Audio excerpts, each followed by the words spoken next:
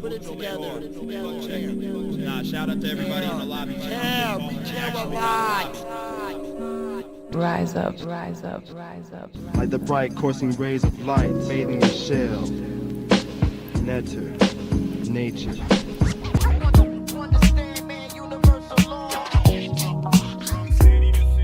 Rise up, rise up. The Warriors. Welcome, friends. This is Chris. We're back with another One Great Work Warriors. Powerful discussion to share with everybody. Our main focus is the study of natural law, teaching, and learning about how the consequences of human behavior affect the world and our state of being in this world. We're working towards a better future, right? I mean, shouldn't we all be working towards a better future? And what would that involve? What would that take? From our point of view, that would take a lot more conscious effort in terms of understanding morality, what's right and what's wrong. And if we're able to all understand that and define it clearly and share the same, at least basic, common, simple understanding that it's wrong to steal from one another, all the various forms of stealing, then we could have a world where it wasn't everybody stealing from each other, because everybody would understand that all that's going to do is create slavery for everyone, which is a terrible state to be in. And no one likes slavery, right? I don't. I hope you don't. You shouldn't. You know, it goes against being a human. It goes against everything that means being a human and growing and being good. So that's why we formed this band of gentlemen here who care about the future. We care about humanity, and we care about truth. We care about principles. So those are the topics of our discussion. And this week, I want to hand it off to my man Derek, who came with a really cool topic. Who was like, you know, we're always seeing all this doom and gloom and everybody complaining about what's not working. How would it look? What could work? How would we imagine a better future? So, Derek, take it away. Imagine, folks. Beyond what John Lennon was saying and all that, is there only going to be one anthem song to some kind of movement? You know, that's crusty as fuck at this point, and we could come up with a lot better lyrics. We have more technology. We have more innovative capacity, I feel, at this point. And I came across this subject because it was actually, I think we talked about it. It was coming up, with the elections and stuff, and everyone's just like so frantic about not, like the general population in America is so concerned about, this is like DEFCON 5 if we don't get the right person in the office and they can, shift around some of the chairs on the Titanic and shit. Oh, I'm gonna not have sex with these people now, or I'm gonna abandon my family because of orange people supporters, or whatever the fuck. It's like a lot of people lack greatness within themselves. They can't even imagine a great place to be in. They have to depend on outside authority and stuff. And you hear all these things about like, well, that could happen only in a perfect world and this and that. It's like, where's your imagination? Why can't we take steps towards something, nothing's going to be fucking perfect, but it's going to be a lot fucking better than what the hell kind of state of society we're in right now. And I brought up this subject as well because, I've been teasing around with this and I've been recording some stuff that I haven't put out yet in regards to creating a hermetically sealed society, keeping those natural law principles intact and, eternal axioms of truth that everyone has these common grounds to stand on. And we're all equal on that fucking level, Doesn't mean that everyone's worth the same because, you take a carpenter like Chris, he doesn't have the same value as someone as, like who's like a school teacher or whatever, there's just, there's people get, equality and like competence kind of convoluted sometimes, whatever. Anyways, or like value, whatever. So today I wanted to see what our fellow warriors could bring to the table, as if we're in some kind of restaurant and we're ordering a Freedom Lovers pizza, right? Extra shrooms for me, please. Yeah. Anyways, but, so this is, it's not a black pill. It's like the opposite, but enough of the fucking pills. Like I'm tired of hearing the red pilling, the black pilling, whatever kind of pill. Like, let's like it was a movie, guys. Get over it. There's other metaphors and ways to explain things. Like, it's been done ad infinitum at this point. So I wanted folks to really tap into that wonderful world within themselves, where you are the mage on the stage, and you don't separate the mage from the image. I mage, right? And so, how is your I Magi Nation doing? How is it being populated with, you know, not to sound corny, but positive thoughts, affirming thoughts, the I am, the encouraging, empowering thoughts, because it all stems from the mind. Anything that's out here in the world, it's all mentalism. We take things to the Hermetica in regards to constructing a proper, sound, and a profitable and abundant place to live in, where everyone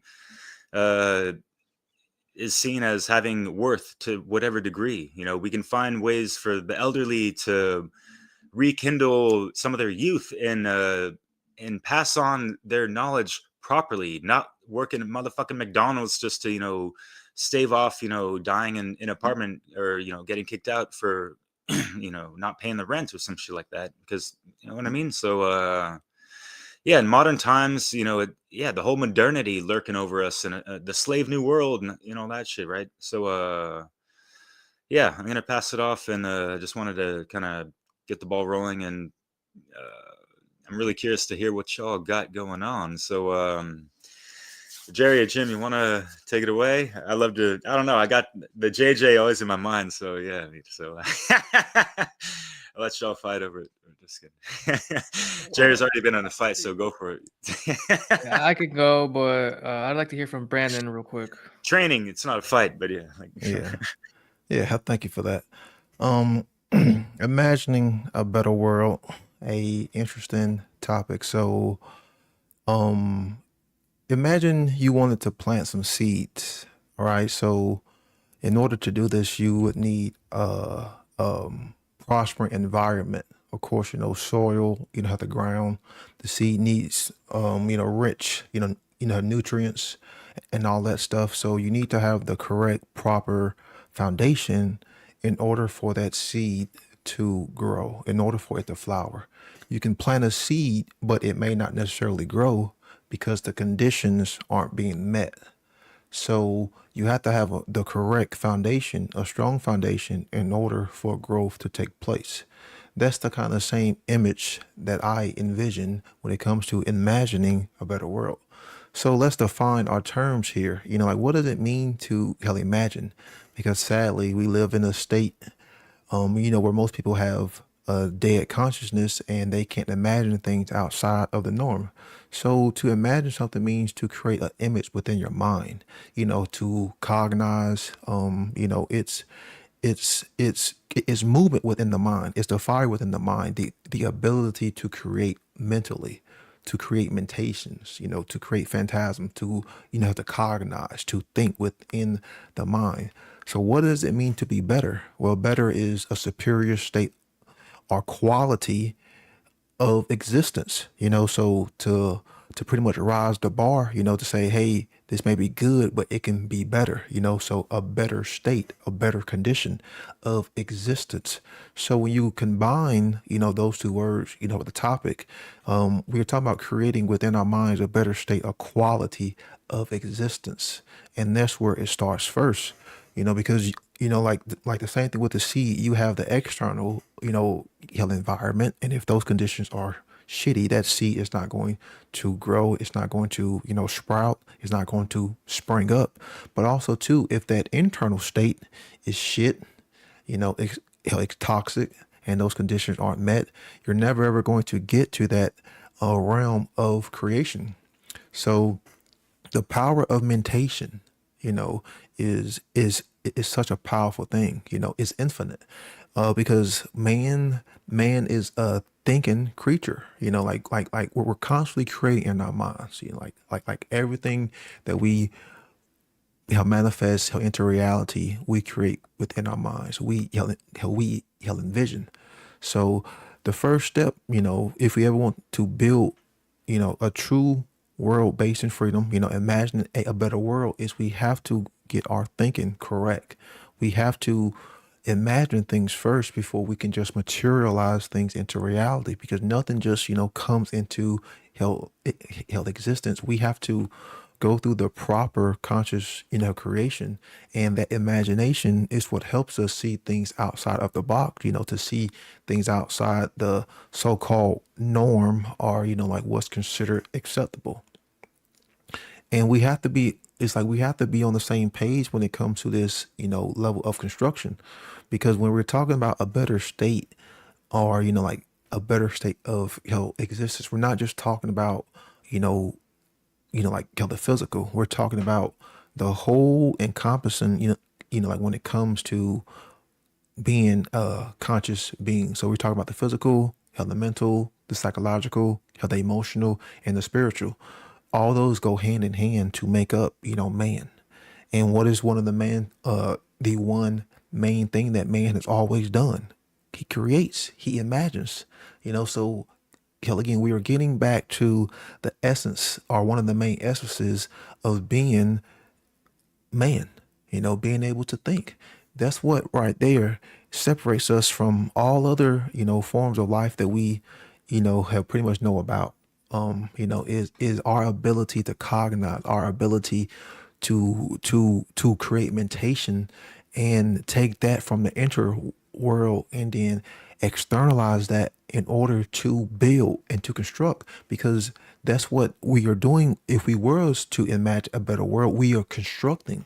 We're not just constructing on the individual level, which it does, but we are also constructing that better world with other people. So we have to have this level of foundation, like this level of principles that has to be met in order for that imagination to go on the next realm, or the next plane, which would be the physical. And that mentation has to be based in the love of truth and true care, because it won't get to a better state of existence if it is not rooted in those two core principles: true love, or true care, and the love of truth. Because you will always be building on some form of rocky foundation, some form of toxic, or inadequate foundation. And if you're looking for true longevity, true change, to truly build a better world, then it has to be on that on that firm, steadfast foundation. And this is really what culture is supposed to bring. Like when you understand what the word actually means, culture isn't good or bad. It's just simply to cultivate, to plant seeds, the sowing of seeds. Because again, in the correct environment, those seeds are going to sprout, from a physical standpoint. But if we look at it from a mental standpoint, those seeds are going to sprout, so you can also sow negative seeds, which, which is being done, so those negative seeds are sprouting, and they are, being manifested in the form of negative action, immoral behavior.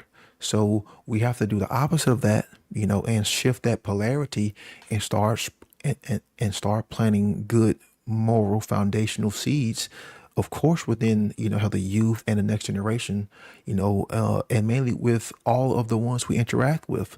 So culture is supposed to be a tool used to help mankind thrive and to get better.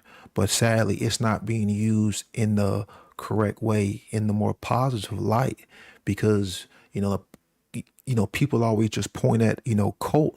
It's like, yeah, that's in the word, but culture, it's like you're leaving out the, the main meaning of the word, which just means to cultivate. To cultivate isn't good or bad. We cultivate the land, just like we cultivate, our minds. So, what's the fruit of that cultivation? What is coming out of that cultivation? Is it something that's leading to a better world? it is something that's leading toward freedom. It is something that's leading, toward the understanding of natural law. It is something that's leading toward, more and more people wanting to take, personal responsibility. It is something that's leading to more and more people, wanting to go inwardly. No, those seeds that we are being, sowed, that are being sown, are not anything of that light. They're seeds of chaos. They're seeds of darkness. They're seeds of fear. And that's why we see it in the manifestation in the physical world, to where we're not even imagining a better world because people can't even imagine to begin with, because they have that that dead consciousness. People can't see outside of the norm. People can't see outside of the box. So then how can they ever get to the next steps when it comes to true conscious creation? So I'll pass it on to whoever wants to take it next.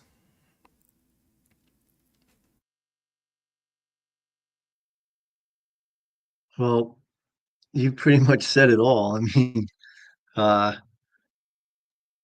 a lot of what I was thinking, but I mean, when I was thinking about seeds, older seeds have a lesser germination rate. And so when you brought up the youth, that's what I was thinking. I mean, imagining a better world, it has to start with the younger generation, because the older people, yeah, there's some of us who will be able to sprout, but it's the newer seeds that are gonna you get a higher percentage with and building that foundation and let them learn and care for truth and keep building that foundation for the future generations. But unfortunately today, like you kept saying about this programming, um lately I've been watching that uh Michael Tessarian post Human World video, and I recommend that to anyone.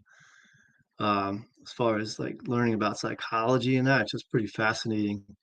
But what I really got from that was like everyone in society isn't being themselves. Like everyone is being who society wants them to be. Everyone's being who someone else wants them to be. And that's unfortunately that's been the programming. Like, and by the time you're an adult, it's hard to imagine your way out of that. Um, so many people just like are programmed not to even know their value. And if you don't know your value, then how are you gonna make the world a better place if you're not even being who you want to be and you don't even realize that? So that's why we got to start with those younger seeds, right? Another thing I think about is when it comes to imagining, John Lennon, of course, is one of the first ones who comes to mind. And that song, now it's become like a cliche even. Just it's like people like yeah, right. Like how are we gonna do that? But they don't even realize that they're doing the opposite, right? They're imagining war. They're imagining all the destruction, all the negativity by, you know, um, just not even being who who they want to be. Um, but and then again, also the law of attraction is something that I think of where so many people when they think of the law of attraction, it's about them. It's all about what can I attract for myself, me, but they don't realize that as a whole, society, as the collective consciousness is imagining, is attracting this, the way the world is so messed up today. And so understanding, getting an understanding about these things and really getting your head around morality and being taught that, starting again, with the kids, that's how, we can create a better future, right? Imagine a better world. Pass it to you, Jerry.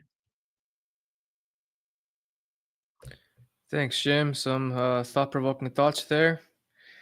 So yeah, I guess I'll just touch on the kids, right? I think that's a good subject to talk about. So yeah, the kids are the future. I mean, we are the ones that have this knowledge, so we should be educating them and lifting them up, propelling them to take on that adventure to basically teach objective morality and natural law. And I think it's just easier for them to notice all of the enormities going on in the world, and by the time they become an adult, they can fully do the work and not have all this mind control and stuff. So I mean, we still have a huge role, is what I'm saying. So don't think that, oh yeah, like I'm not gonna make an impact because one man can make an impact, woman. So yeah, I just think each one of us has to kind of break out of the chains and then just create a ripple effect, just keep going. It doesn't stop there. You, I don't know, can educate your neighbor, you can educate people online. Like that's, a funnel four, you know what I mean?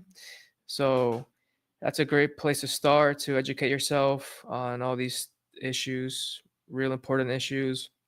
And when you were talking, Jim, I was just thinking about people having their head up their ass, because if all they think of it, they have that satanic mindset, they can't see anyone there, right? I mean, but it takes a deep level of understanding to know that we're all connected and that there's a lot of meaning in this place. So just imagine what we can accomplish if we put our heads together and actually work together and not against each other. So I'll pass it to you, Rick.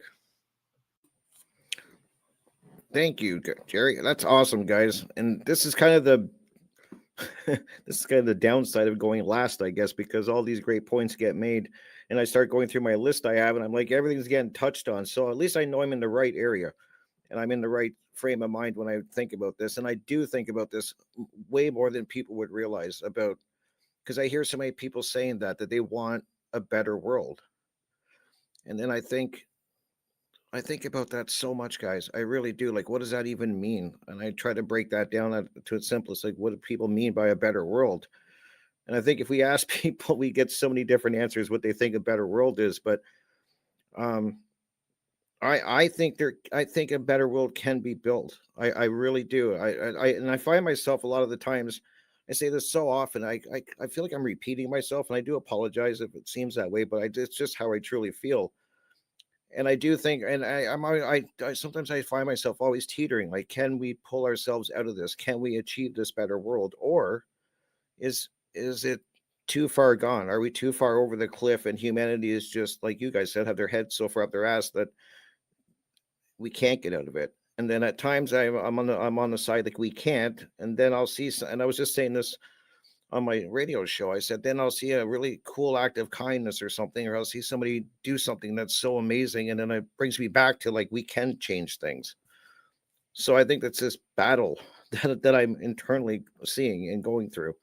But I do think we can achieve it. I just think that, and I know so many people say that they want a better world, but there's requirements if we want this better world. And I always want to ask people, like, are you willing to do the work to achieve this? Because there's work involved. If we want to change the world and get it to this world that we're talking about and we all want, requirements have to be met and work has to be done. And I always use my drumming for an example. I have to put the work in. I'm only getting better at what I'm doing on the drum kit because the work is going into it. So where you put your energy, your thoughts, your focus, you will achieve it. So, God, I sound like a self-help video. Anyways. Sorry, guys. But anyways, yes, the work needs to be done. And are you willing to do that work on yourself? And that's what I talk about so much. And Brandon hit on it. Foundation. I think that's so key. And I think it is lacking in most people. I don't think people are doing the work on themselves. And I've heard this example. They can tell you everything that's going on and around the world and how they want to see things change, but they're not doing the work where it needs to start. A strong foundation with yourself, and that takes care. You have to care enough to even want to do the work and to want to change and want to strive to these things that we say that we want. So I talk about this so much about, and you call it shadow work, call it self-help, I don't know, give it any name that you want, but it boils down to doing the work on yourself. And it's so true. Somebody else said that everything begins in the mind, and that's so powerful. It's so true. Everything begins with a thought, and then you have to have the thought, and then you have to care enough to put it into action. And maybe that's somewhere that people are losing that connection. Like they're not putting it into action, but I think it can be achieved. I just think that each person does need to do that work on themselves. You have to build that foundation, and until we do, and until like we learn about objective morality and people know and truly understand what rights are, until that's understood, we're not going to get out of this.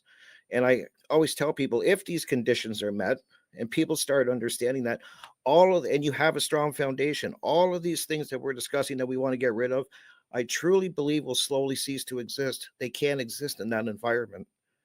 If we're coming at it from truth and people have care and they know more objective morality and they know natural law, they know all these things we talk about, I think it will choke it out. If you guys know what I mean. These systems of enslavement can't exist in that environment. It's like a disease can't live in a healthy body kind of thing, for an analogy. So that's where I'm at. I think that people need to realize that we are all manifesting this reality together. And that's a big thing. We're all in this together.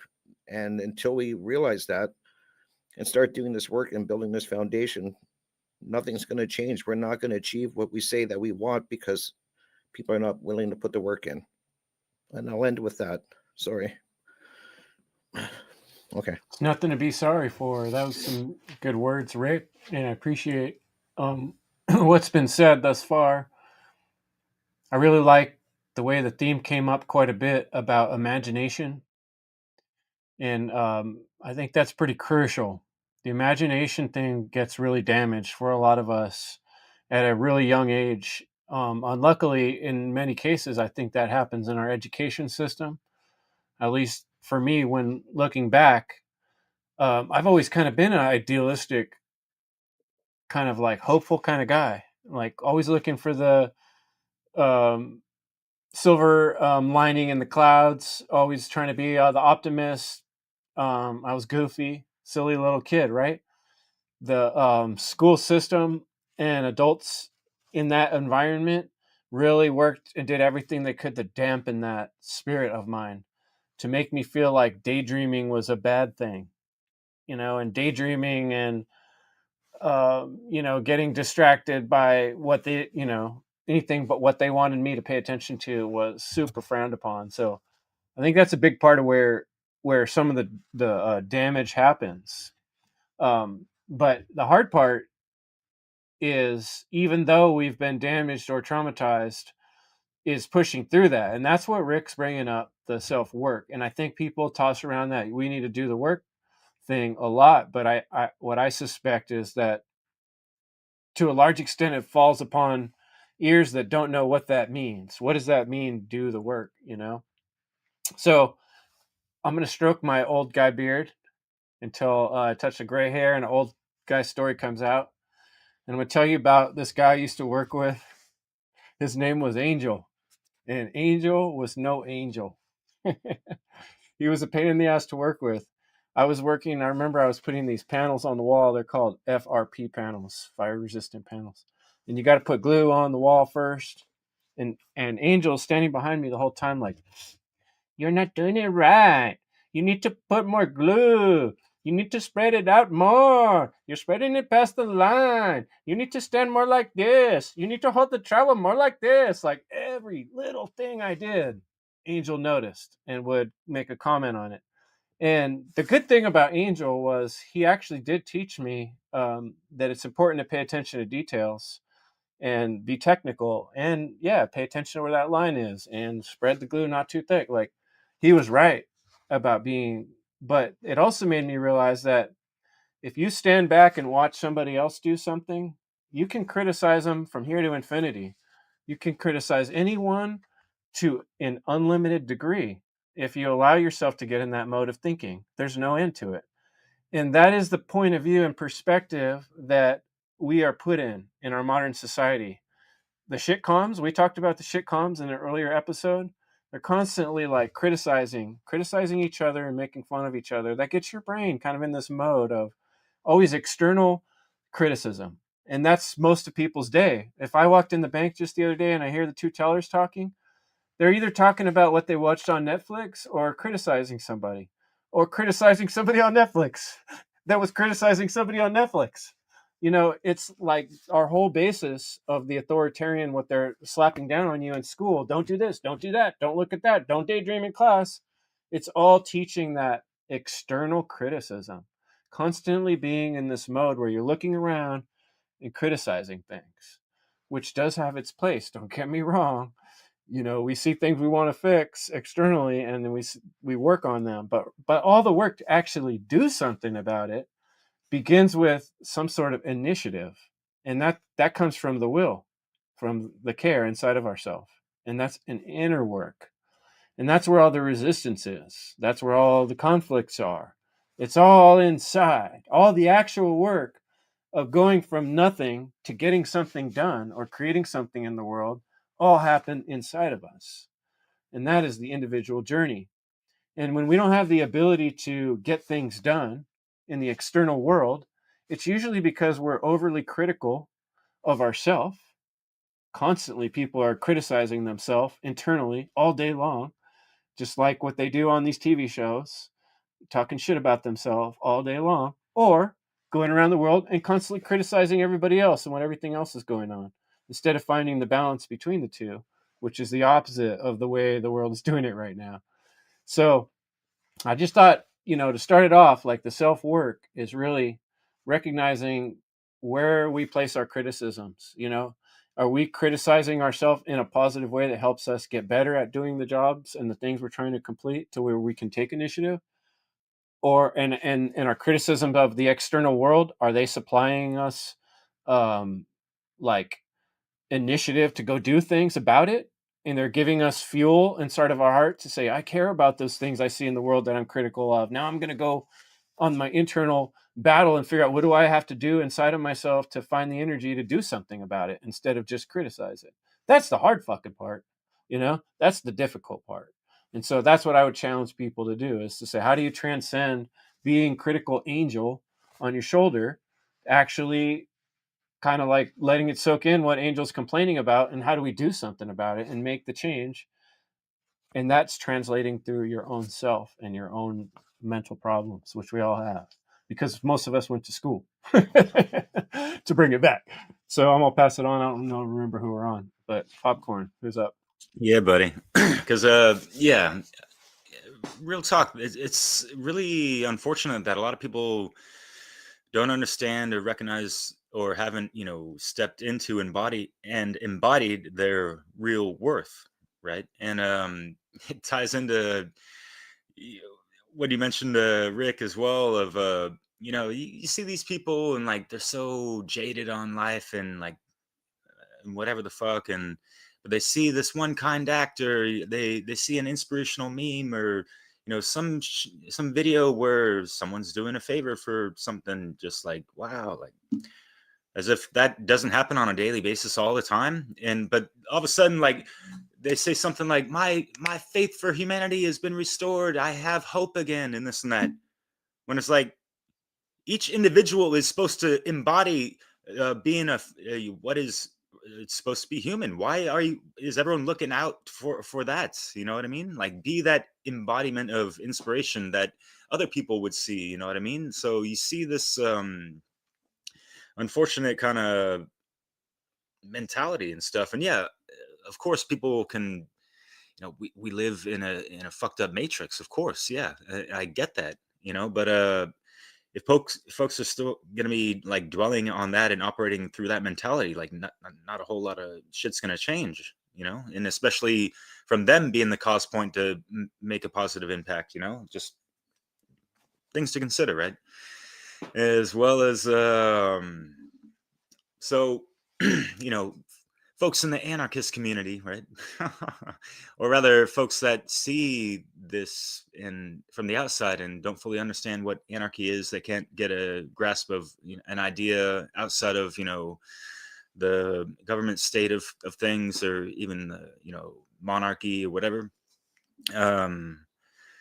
Corey Andrew put out a great presentation in regards to the Lord of the Rings, And I forget if he mentioned this or not, but I had this on my mind even before he put that out, and it was just Synchrilicious a couple years ago, and he got all dressed up. It was cool, and he tied it all into natural law and all these things. And I was thinking more of just, all right, so what kind of image or scene from a movie or anything can people get a good idea of what anarchy could look like, or uh, abolitionist movements, or the voluntarist way of living. Well, look at the Shire, the hobbits, right?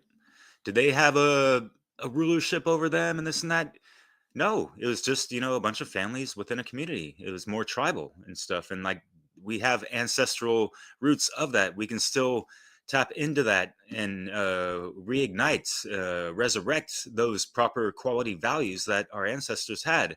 Remember that a little bit more. So yeah, I had a funny joke on that, like to trigger whoever. Like it could be even like a plant-based society. Like take it back to the Shire. They had some big ass carrots, shit. Just fucking around. It doesn't matter. But yes, like it would be considered in a hermetically sealed society that there is no harm done to sentient life, because people have raised their frequencies to a level where they don't have to ingest so much fucking food stuffs to just maintain their daily life. It's funny because I just realized this, Chris, when you're talking, like, why am I so like airy fairy? I'm like, I got the giggles like hardcore tonight. And it could be due to the fact that I haven't even eaten a meal all day. Like I was like, wow. Actually, scratch that. I had one meal today. I've been up for a long time, and it's like 4 a.m. But it's just, I don't know. I got good quality food for thought that keeps me satiated or something. I don't know. So there's these things that we can tap into to raise our frequencies, right? So in regards to like affirmations and what this better realm would look like, in regards to living in accordance to universal law and all these things, and being way more in touch with nature and just the elements, and using them and being in harmony with them, not disrupting the electromagnetic integrity of these ecosystems and the microcosmic levels on levels. There's so many octaves of life around us, and we just kind of plow our way through to get the minerals and stuff because it's worth monetary fucking value. And that is such a menacing motivator that's plagued this planet for way too fucking long.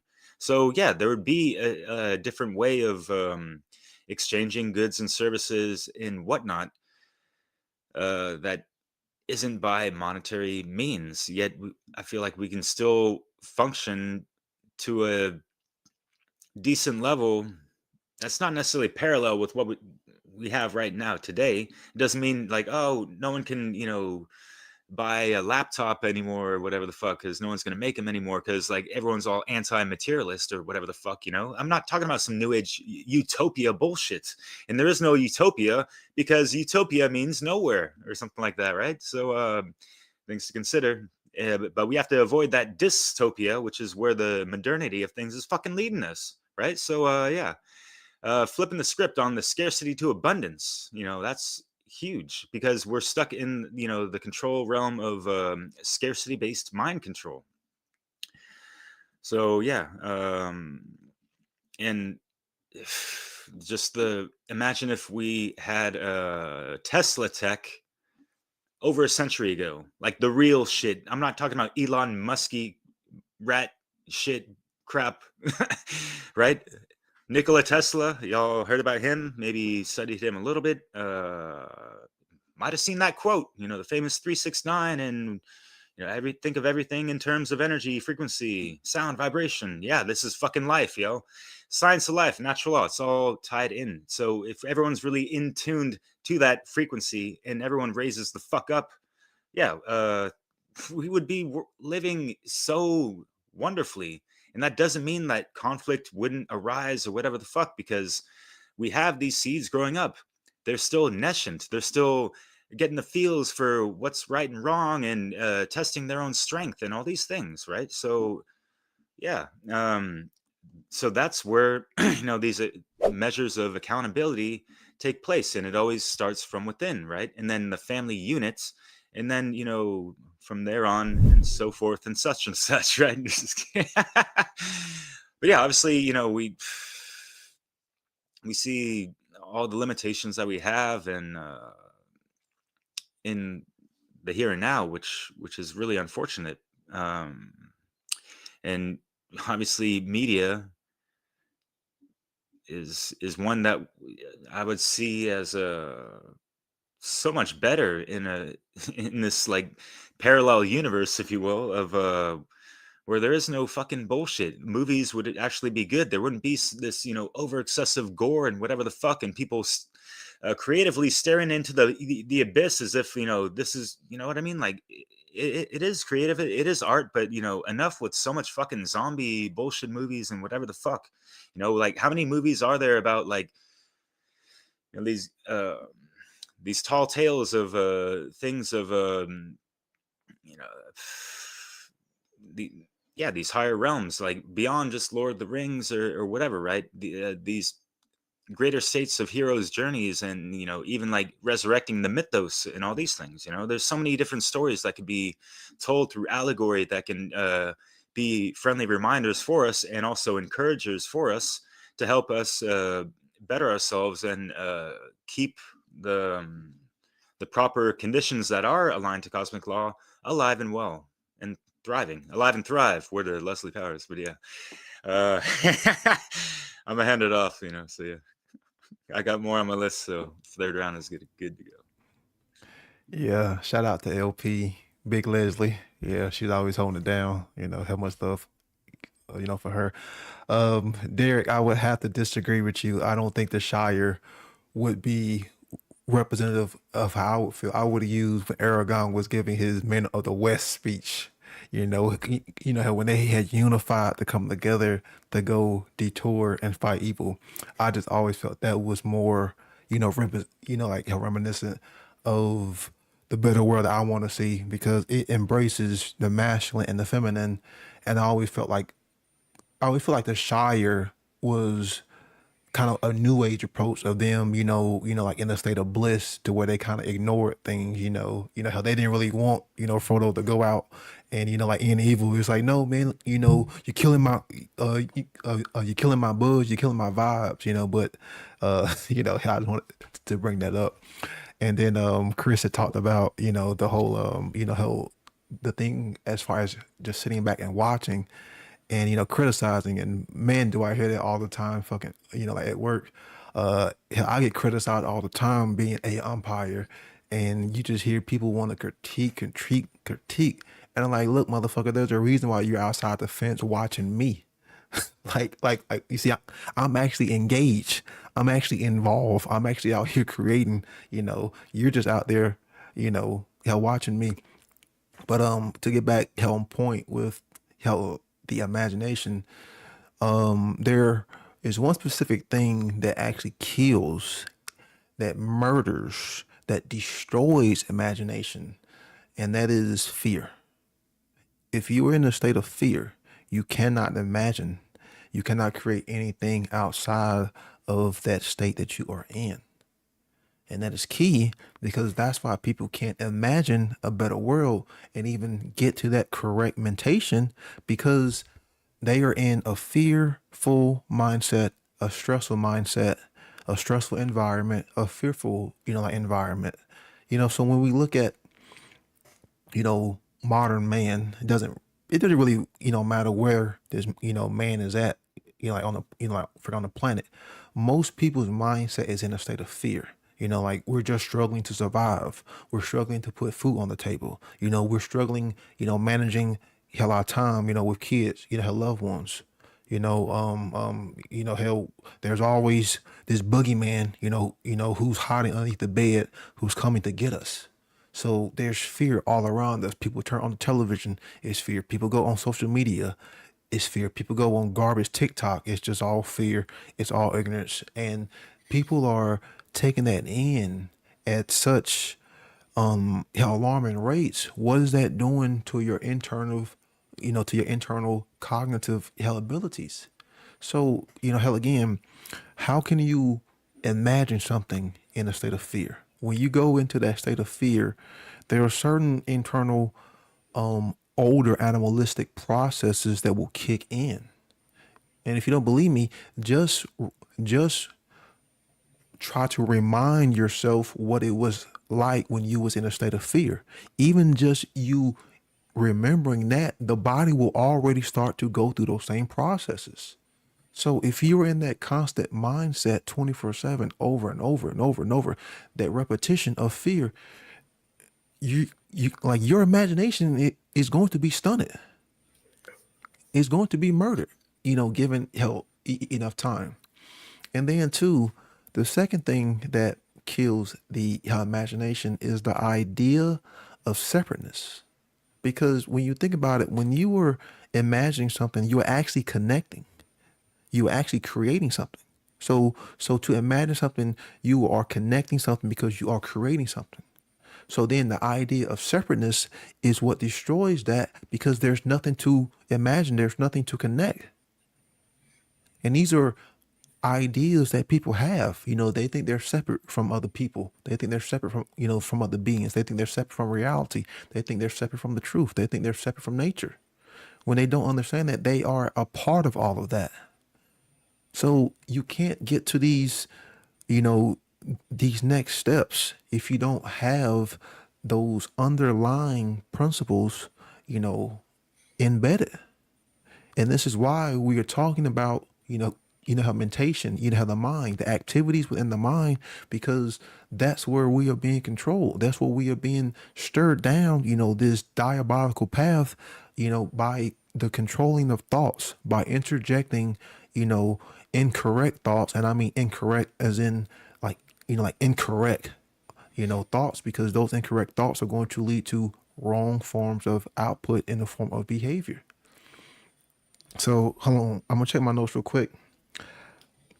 One thing that really helped me, spring out of all this, because like I was that person, I was a nihilist, how back in the day, like I didn't really care about anything outside of bud and girls. Those two things I thought about 24/7, weed and ladies. But as my journey, progressed, and I started to realize certain things, and I wanted to better myself because I wanted to, create and imagine a better world. One of the things that truly helped me was reading. Reading is one of the best things to brighten up your mentation, to brighten up your imagination, to brighten up your creativity. And the reason for that is because it's like when you're reading, you're coming across so many different brand new words, that you might not understand. You are forced to go deeper to figure out what these words mean. And then too, as you are reading these words, you can create these scenarios, these chapters within your mind. So it actually puts you, like in the actual story, to where you're actually more engaged, and you're actually, have a kind of like mental, like experience, experience of what's going on. So you can put you can put yourself in the place of the character, and whatever thing or event that you are reading, to kind of envision that, to to kind of see things from a different perspective. That was one of the like main importances of myths and storytelling, to get them to envision and create these concepts within their mind. And then of course things got written down on paper and in books, which was a totally a different thing. But reading was one of the things that helped me when it came to being able to imagine things and see things differently, because I was still kind of more left brain, like more logical.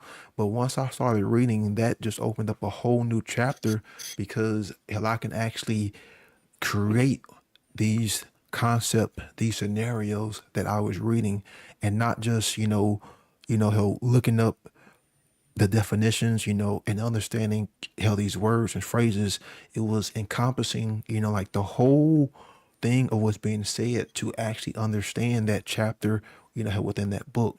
So we have to get back to the fundamentals, and reading is one of the main things that can actually help, because it really does help you when it comes to being able to help imagine things. Now that's why whenever I see someone read a book, I always acknowledge this person. I'm like, hey man, thank you, because someone who's reading, I have more respect for them, because I've learned that people who read books are more intelligent than people who don't. And some people would he'll disagree with me on that, but if you read books, like how it just opens the mind to new words and new concepts, new phrases, and new things that you may not have even been aware of before. So we have to get back to to these base core principles, and we should be encouraging more reading to the next generation, the youth, and get them away from these smart devices and get them actually to these real smart devices, which are textbooks, books, things that are actually going to, broaden and brighten up their imagination, things that are going to, help them engage in more deeper concepts. I think we should get back to myth telling and, like in storytelling. That's something that seems to have died down, like with the spread of the whole Western, society and the whole Western culture. But once that started to die down, you actually took away one of the main things which was used, and it was to get them to start to think and to create these forms of mentations within their mind. Because it's one thing to just read about it, but if you can actually envision it in your mind, that's a whole different concept, especially when you are young. And we know that kids have such a wonderful imagination, and it's infinite, that it's like Chris said, we are damaging them at such a young age that by the time they hit high school, that imagination is darn near gone. And that's a problem. So we have to get back to, like the old way of doing things. People say it's not necessarily the old way of doing things, but the correct way of doing things. So reading is one of the things that can help anyone. I understand how it can be hard starting off. I understand that, like it can be tiresome, but like that's the hard work and requirements, in order for these conditions to be met. So if people want to, ask about solutions, what can I do? It's like, help, start reading, find some books, that you truly enjoy, and just start reading them, man. So That's awesome. That's really cool, Brandon. I agree so much with reading. I love reading books. I read constantly, and I'm not talking about audio books and books on the computer. That works for some people. I need a physical book. Like I just like the feel of a book, and you gotta the get hands whole on. hands on, and Hands-on. the smell, and I don't know. It's like a whole ritual thing, but I do love reading. I'm glad you brought that up, because, and I like that you brought up like storytelling and myth telling, because I do think that is really cool. And I talk about it a lot, is that I love having friends over and we get around a fire and we just talk. And I think that's a skill that we're losing in a lot of cases, especially with social media, is in-person interaction.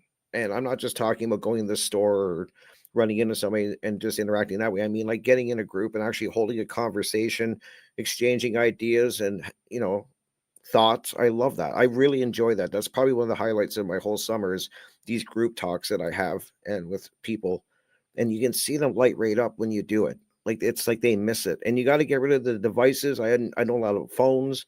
I mean, because nothing depresses me more than a group of people sitting together and they all got a cell phone in their hand and nobody's talking. It just drives me crazy. But anyways, I think those are great points. Yeah, definitely reading and interacting, getting that skill back. And I like that you touched on fear. That's such a big thing too, because we are in this constant state of fear. It's so true. And it's always constant, especially with social media. Like it's never ending. It's just one after the other. And I know it's by design, one after the other, keep in that fear state where there's, like Chris said, no imagination happening, no creativity is happening. And then people are in this like fight or flight mode. People are like barely making ends meet and all of these things. There's a lot going on. And I try to keep that in mind. This is complex. People are, it's not a simple solution in a lot of ways because it's a lot of individual people. People are so different, which makes it amazing in a lot of ways. I love that aspect, but God, those are good points. And I just really agree. I mean, this fear state has got to go. And I really think social media people got to really pull away from that a little bit and get out of that and start, I don't know, taking walks or something and just unplugging from this whole matrix that people are just engulfed in. And it's true. It's like you guys said, it's that fear state. It's killing creativity, imagination, and they do it at a young age. Absolutely. Like those are great points. So yeah, I just want to comment on that. You guys are making great points. So awesome talk. I love it. You guys left out one of the biggest ones. I can't believe no one had said it. You have a choice too. You could either make America great again, or you can build back better. That seems to be the most common road to choose when you want to think about making the world a better place. And now, luckily, they picked the right guy because he's going to make America healthy again too. So anyway, anyone who's seen our past work and our last video on voting knows that I'm being sarcastic. But that is the most, that's the consciousness, that voting consciousness. That's how we're going to make the world a better place. That's that programming that no one seems to know they're under, and just thinking that, the way it is, whatever. But I realized I was being negative too before about saying how the adults don't stand a chance. But yeah, you gotta get the children too. But the adults, like Rick had brought up, and you guys are also about that, doing that inner work. That's something that I've been focusing on, and it never ends. Like for the rest of your life, you got to keep on doing it. And I do my best. I realize I keep growing.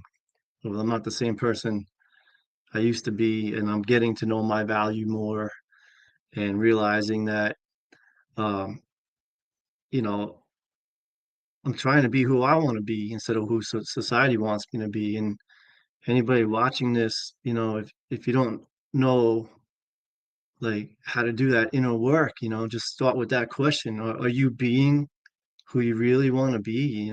You may even like your job or what you've chosen, but why did you choose it? Did you choose it because that was like your best option? And you think you're smart because you chose that wisely. But meanwhile, if you really use your intelligence, you can understand that you're under a form of slavery.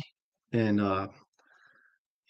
you get to realize these things like the more you read like and search this kind of information out. One thing I've been working on is and I've been involved in the world of permaculture over the last decade, and trying to do those things, trying to do that outer work. And a lot of people will, even like myself in the beginning and only until recently, like realize that doing all that outer work really, it's good to imagine it and to understand and learn all the practices it takes to create the outside conditions. But we're never going to create, it's if you do all that outside work and you think you're going to grow a paradise, it's never going to, it's not the solution. Like the solution is to do the inner work and fix the minds first, fix the consciousness in order for that outer work to truly work. And that's what I've been focusing on mostly, like, because with permaculture, there's so many things that are great. Like there's a famous quote from Bill Mollison, one of the founders, saying that the though the problems in the world are increasingly complex, the solutions remain embarrassingly simple. And that's what I'm getting at. If the solutions, if the problems are easy to solve, then why aren't we doing that? Like the whole point of permaculture is to be able to put the solutions into effect, but you can't. There's all these people that are making America great again with that make America great again consciousness and build back better consciousness that's preventing that from the solutions to go into effect. And it takes a lot to get that. And I was stuck in that for a long time, just thinking, you know, the outer work, the outer work, the outer work. And I did a lot, and I still am. And I always say I never would discourage anyone from doing it and getting their hands dirty and learning. And I'm doing it. And I love it. I love it. Like it's fun. Of course, do it and teach people to do it and tell them to do it too. But you need to understand that if you really want it to work, then the consciousness has to change. And again, we do stand a better chance with the children, but no, if you're listening to this, you're listening to us, and any of this resonates, like it's seek out how do I do that inner work. It's not easy, but just ask yourself like these questions. Do you know your value? Do you? And why don't you? We talked a lot about that self-worth and stuff. So but yeah, so what else was I gonna say? I forgot. But I said enough. You're up there, Jerry. Oh, that was great, Jim. Thank you for all of that. I think I'm gonna touch on the fear that Brandon was talking about because I think that's a powerful concept and idea. So, what I'm thinking is how fear is false evidence appearing real. So, although it may seem very real, it's still an illusion per se. Not saying like, oh yeah, never have fear, right? Because if there's a bear, if you're out in the woods, like it's a good thing to, hey, let's get out of here. But you also have that space between stimulus and reaction where you can think. And in that space, you can discern the illusions with the truth. And where the truth is where your imagination goes. And you can see I'm going to talk for myself. I can see myself overcoming those fears, and it takes effort. And I think to Crip's point, when he first spoke about where's the disconnect, it's in the action, right? Like the freedom community, we are great thinkers. I think we can notice, hey, there's a problem with the whole government, and yeah, the whole MAGA stuff, Maha. Like it's not a totally bad idea, but like let's just do that without the government, right? It's like let's all be self-sufficient, responsible adults. Like let's live healthy, and like we can all prosper. But getting back to the action part, like yes, we have all these great ideas, but it takes that effort, and who's gonna be willing to do that, right? But there's also this thing, this idea that it sticks in the back of your mind, and it will always be there. Like you cannot unlearn this stuff. So I say just get better each and every day, even if it's 1%. I think that's what I'm advocating for, is take just one step in the right direction. And if we all do that, we can actually make huge strides. And we are each in unique individuals. For example, Derek's in France. He's got his own life going on there. Brandon's in, somewhere in the US. Chris, you're in Cali. Rick is in Canada. Jim is in New York. I'm in Mexico. So we share the same principles, but we're very individual. We're very different in many ways, which is a good thing. And I don't want people to kind of think of this as, or us as a cult, because we're nothing like it. We're actually anti-cult. So I'm advocating for a world that breaks mind control, delusions. So with that, I'll pass it to Chris. Thank you, Jerry. Well said. Yeah, how do we galvanize people in that right direction? By being a good example, by being a shining light of the best we can be, right? And it's hard to be in that mode if we're just totally frustrated with everything all the time, and it's hard not to be. I get it. But I wanted to talk a little about wordplay. In the beginning, Derek, you were tossing around the I Mage Nation, and I was thinking about, what does it take to make change? You know, how do we bring about anything in this world? You know, what's the magic that you go from nothing to something? You know, what is that? Like, I see it a lot in my line of work. You know, I can remember starting with just dirt, and then like half a year later, there's a building standing there that, you know, and I touched all the little parts and pieces that went through that driveway, you know, over that 6 months to a year, and see something there that wasn't there before. Well, how do we do that on an individual level to do this work, right? It's called initiation. I've always been like kind of in love with this word, initiate. You know, to take initiative is the way I like to say it, because it's a rare individual that I've met in my life is somebody who understands deeply what it means to take initiative. There's so many, because of what was done to us in school and the authoritarian religion that's pervasive, not only in government, not only in courts, the judicial system, the school system, but most other religions employ the authoritarian religion within their religions. So it's always based on looking up to someone else who's in charge. And people like to think about God even that way. You know, he's the big boss, right? Which is kind of not a good way to think about it, to become a magician in this realm. If we want to be co-creators, if we want to be part of a change working towards a more positive future, then our direction has to be to go into things.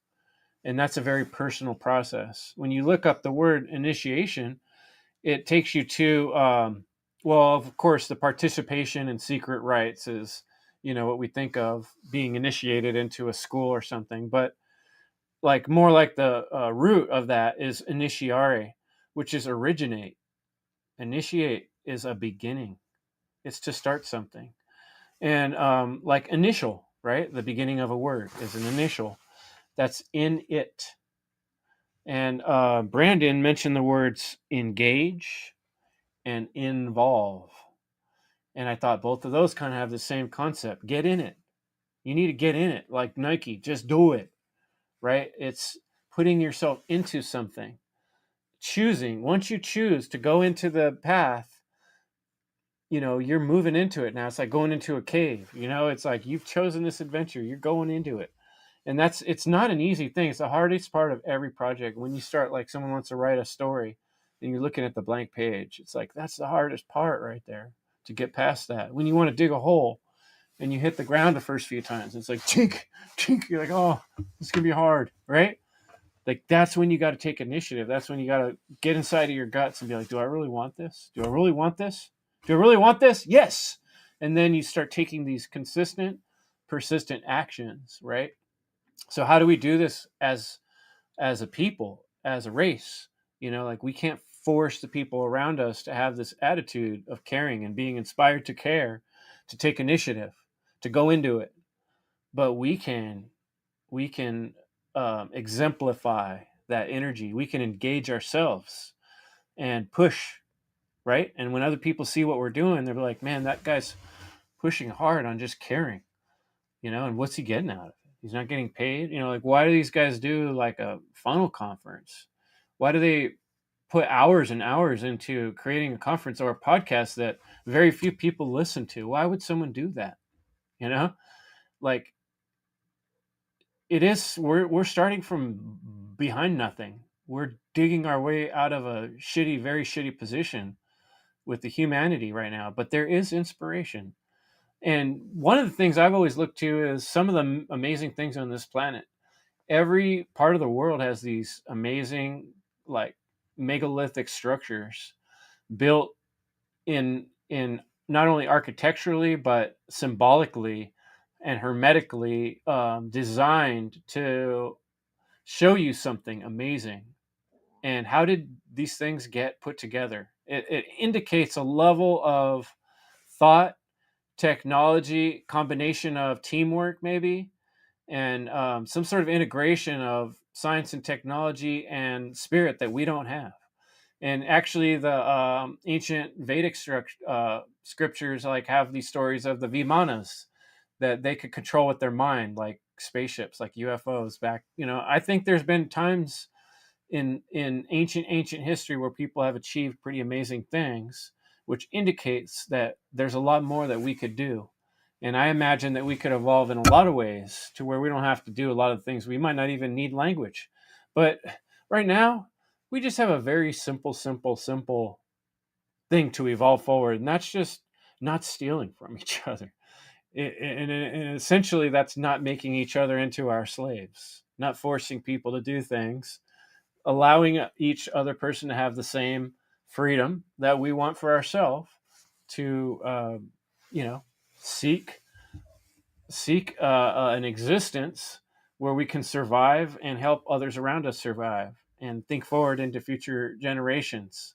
So I just really encourage people to take the initiative and embody that do it kind of attitude and show other people how to do it, how to take initiative, how to make something where there was nothing before, something good, something worthwhile that doesn't involve stealing. Do it. So that's pretty much do it. Yeah. Do it, Anakin. Yeah, can I add something real quick? I just want to rapid fire just the last of my notes in it. Hit it. Segues with what you're talking about. Initiate yourself into, like, we all understand shit's fucked up, right? Can you not try to imagine like the diametric opposite of that?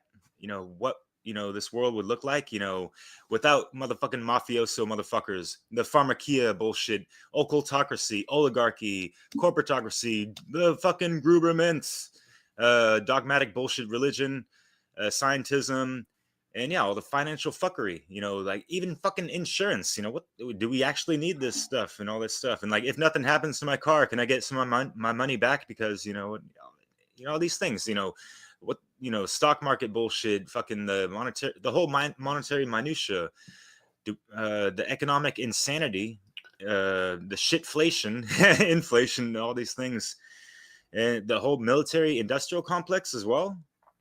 So there's all these things, and like, there are issues with these factory farms of death. I respect folks that can take care of animals and not have them suffer their whole fucking life just to feed people. There's better ways to fucking do it.